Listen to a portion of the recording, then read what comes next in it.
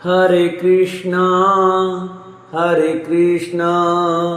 कृष्ण कृष्ण हरे हरे हरे रामा राम राम हरे हरे।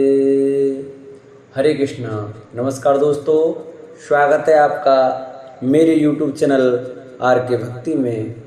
भक्तों, आप सभी को अश्विन मास की इंदिरा एकादशी की हार्दिक शुभकामनाएं। भक्तों, आज हम आपको इंदिरा एकादशी की व्रत कथा सुनाएंगे। कृपया उसे सभी भक्तजन श्रद्धा और प्रसन्न मन चित्त से कथा को सुने। तो आइए भक्तों, हम अपनी कथा को प्रारंभ करते हैं। उससे पहले जिन भक्तों ने हमारे चैनल को सब्सक्राइब नहीं किया है वो हमारे चैनल को सब्सक्राइब करें, वीडियो को लाइक करें और कमेंट में ओम नमो भगवते वासुदेवाय 11 माता की जय लिखना न भूलें।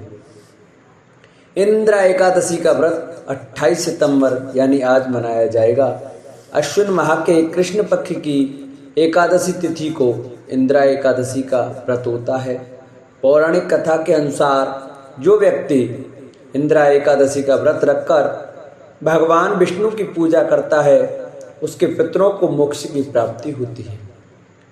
मृत्यु के बाद उसे भी स्वर्गलोक में स्थान मिलता है।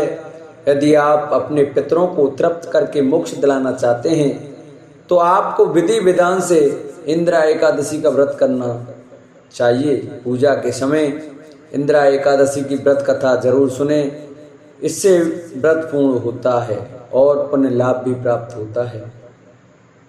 कथा के अनुसार एक बार युधिष्ठिर ने भगवान श्री कृष्ण से अश्विन कृष्ण एकादशी व्रत की महिमा बताने का निवेदन किया।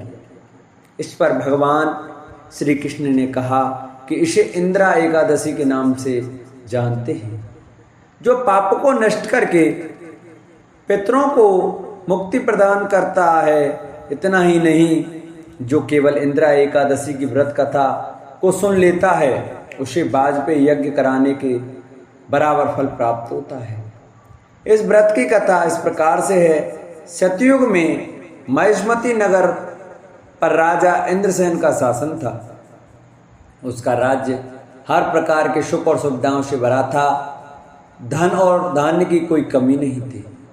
एक दिन नारद जी इंद्रसेन के राज दरबार में प्रकट हुए। देवर्षि को देखकर राजा ने उनका आदर सत्कार किया और उनके आने का कारण जानना चाहा।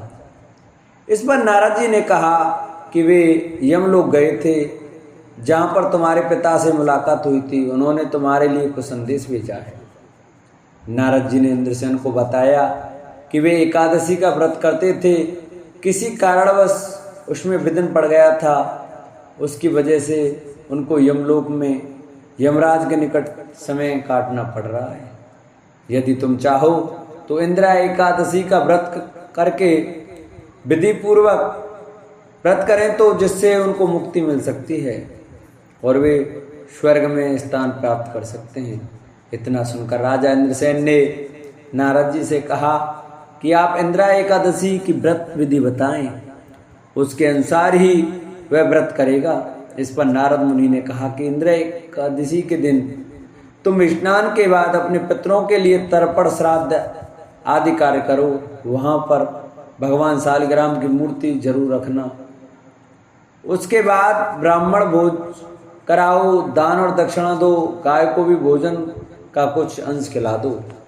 इसके बाद तुम भगवान ऋषिकेश की पूजा फूल, अक्षत, धूप, दीप, नैवेद्य फलादि से करो। रात के समय में जागरण करना। उसके अगले दिन दैनिक क्रियाओं से निवृत्त होकर पूजा पाठ करो। ब्राह्मण भोजन, दान दक्षिणा दो, फिर पारण करके व्रत को पूरा कर लो। नारद जी ने इंद्रसेन से कहा कि तुम विधि विधान से इंदिरा एकादशी का व्रत करोगे तो तुम्हारे पिता को अधोगति से मुक्ति मिल जाएगी, वे स्वर्गलोक प्राप्त कर पाएंगे। इतना कहकर नारद जी वहां से चले गए।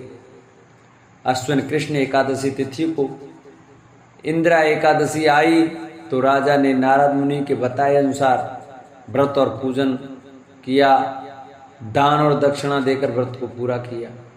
उस व्रत के पुण्य से उसके पिता को अधोगति से मुक्ति मिल गई और वे यमलोक से मुक्त होकर भगवान विष्णु के लोक चले गए। जब राजा इंद्रसेन की मृत्यु हुई तो उनको स्वर्गलोक की प्राप्ति हुई। बोलो विष्णु भगवान की जय। जिन भक्तों को हमारी वीडियो, हमारी कथा अच्छी लगी हो, जिन्होंने हमारे चैनल को सब्सक्राइब नहीं किया हो, वो हमारे चैनल को सब्सक्राइब करें, वीडियो को लाइक करें और कमेंट में ओम नमो भगवती वासुदेवाय, ओम लक्ष्मीपति नारायण नमः लिखना न भूलें। बोलो विष्णु भगवान की जय।